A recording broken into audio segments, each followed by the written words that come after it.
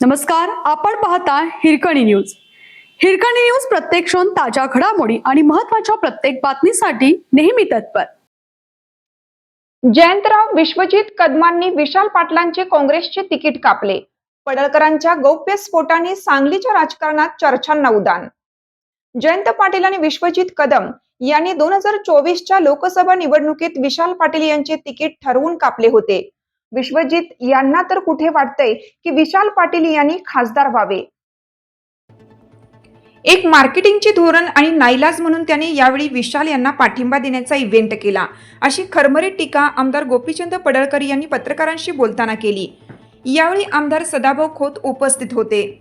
श्री पडळकर यांनी 2024च्या निवडणुकीत झालेल्या इनसाइड स्टोरीवरून पडदा हटवताना विश्वजित कदम यांच्या भूमिकेवर प्रश्नचिन्ह उपस्थित केलंच. शिवाय या निवडणुकीत मी भाजपचंच काम केलं होतं असा देखील खुलासा केला.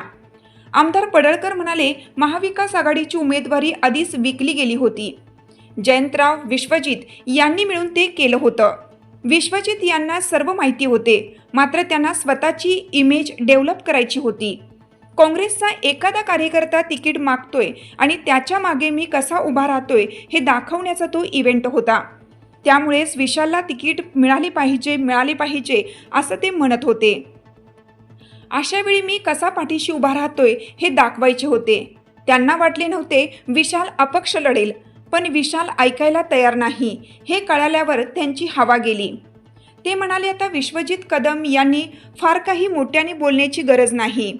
2029 मैदान जवळच आहे. त्या मैदानात आम्ही आहेच. मी त्या निवडणुकीत कुठेही आत बाहेर केले नव्हते. मी तसला धंदाच करत नाही. विशाल पाटील यांना मदत मी कशाला करू? माझ्या पक्षाचा उमेदवार संजय पाटील होते, त्यामुळे त्या उलट काम करण्याचा प्रश्नच नव्हता, असंही आमदार पडळकर यांनी सांगितलं. आपल्या हिरकणी न्यूज चॅनलला लाईक करा, शेअर करा आणि सबस्क्राईब करायला विसरू नका. आणि रहा अपडेट.